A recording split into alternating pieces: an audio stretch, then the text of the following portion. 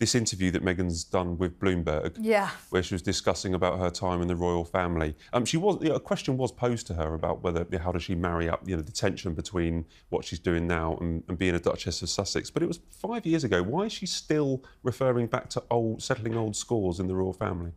Well, exactly, Matt. It was completely self-inflicted when she brought that up. They didn't really lead her down the path of, and how did you feel in the royal family? Did they suppress you? It wasn't like an Oprah-esque interview. It was meant to be about business and pots of jam. But, of course, she can't stray very far away from her victim complex and all the trauma that happened to her during that time within the firm. I mean, it's pretty funny when that whole interview, she was trying to be relatable. You could see her trying to get the smash burgers with the journalist and trying to walk through a bookshop and, I'm an every woman, I'm living my California life.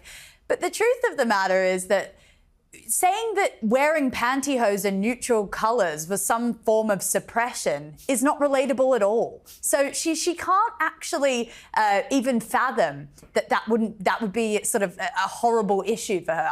I just think that she's absolutely incapable of being authentic, and that shined through in the Bloomberg interview.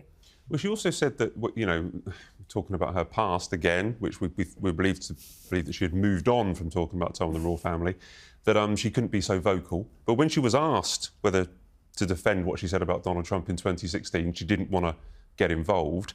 And she was talking about how she wanted to move on, and she was criticising the critics, and we'll get on some of the critics later, saying that the critics of her show just do it to pay the bills and probably go away and take part in her one skillet spaghetti.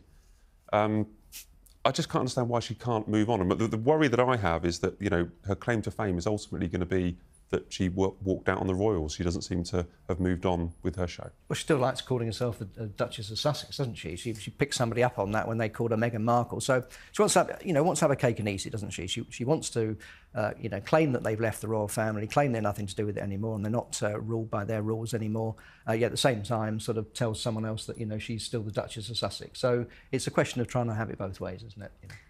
Totally. I mean, even when for commercial reasons. Yeah, I mean, she was questioned about being relatable. She goes, well, that's someone else's detriment if they don't find me relatable. I mean, that's a very harsh thing to say to people who have said, that $9 pot of jam is something that I can't afford. She was saying it was for teenage girls so that they could have a slice of her lifestyle, which, again, out of touch, Meghan. I mean, $9 for a pot of jam is not cheap. Newsflash. No, they're calling her Marie Antoinette Meghan, aren't they? Yeah, well...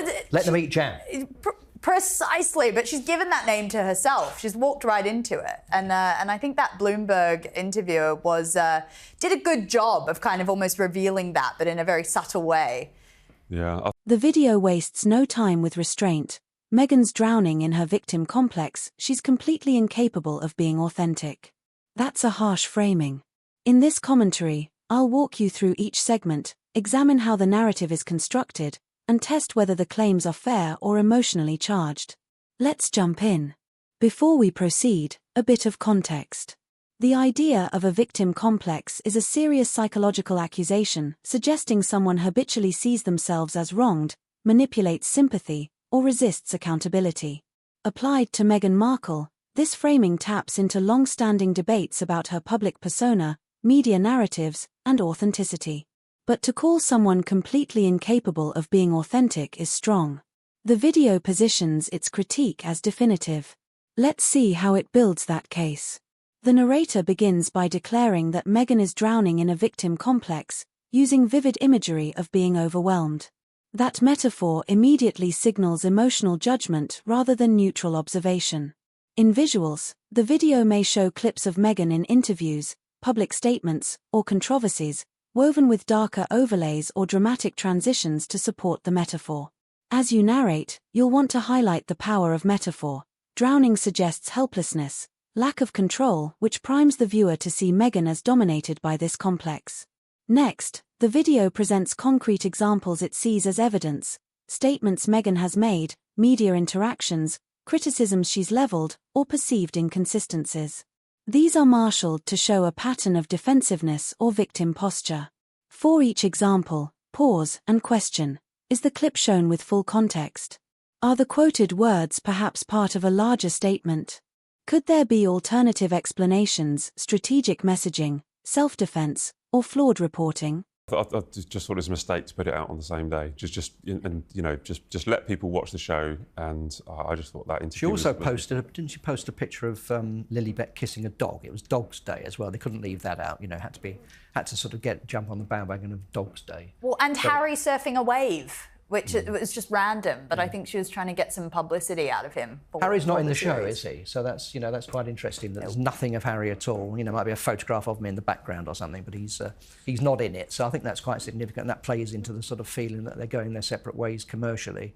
He's doing his charity work and she's doing that. But no, he's not in it apparently. So no, he's not. Well, let's get on to the show. We don't see him coming in and even lick the plate or something. Yeah, which is, test it out. Netflix, yeah, they wouldn't have been happy. Well, let's get on to the show because, Phil, you've seen clips. I've watched all 8 episodes. I said that I just found it inoffensive and, it just passed me by and relatively enjoyable, but moved on. Samara, the critics have been rather scathing again, like they were on Series 1. I'll just read some of the ones that we have so far. The Times says, save yourself, don't do it. The Guardian, so painfully contrived that it's genuinely fascinating. And Phil, you touched on this. The Telegraph says more tone deafness from the Montecito Marie Antoinette. Are these over the top, or do you share these views? The strength of the argument depends on how complete the examples are. Here, the narrator's tone and choice of words become essential. The language may be absolute always, never, completely incapable. The visual editing likely heightens the drama. Darker filters, overlays, stark transitions, contrasting images. These stylistic choices amplify the emotional judgment. In your commentary, point out where tone and visuals push the audience's feelings stronger than the logic of arguments. A robust critique would allow nuance, acknowledging where Meghan may have accountability, where her public statements or actions may reflect authenticity or alternate motives. But in videos like this, those counterpoints often are minimized or excluded. In your narration, emphasize what the critique doesn't address: her charitable work, public statements of growth, or external pressures. Those omissions can tell us as much as what is included. In the closing, the video reinforces its thesis. Meghan is consumed by victimhood, incapable of genuine authenticity. The final tone, visuals, and narrative urge the viewer to accept that conclusion with no room for ambiguity. But certainty in rhetoric doesn't equal truth.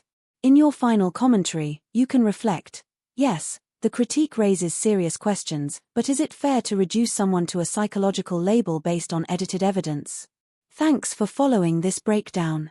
I'd love to hear your stance. Do you see a pattern of victim narrative, or do you think this video oversimplifies? Drop your thoughts in the comments.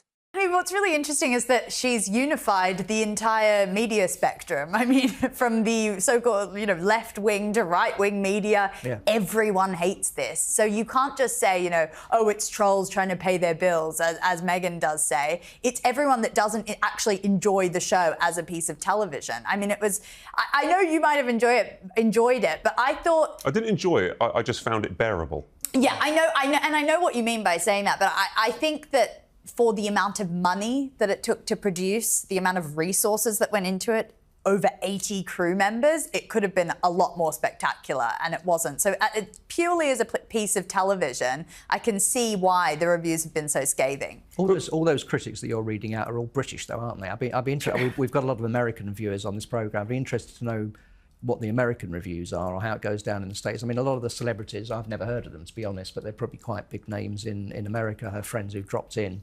So it'd be interesting to know how it goes down in the States, but certainly over here it's been panned, but that's probably not their main audience. Well, why do we think the reviews are so bad? Is it because it is dreadful, as people have pointed out, or is there just, a general hate watch on Meghan shows, and there is everyone's just in this channel where anything Meghan does is bad, or is it really that bad?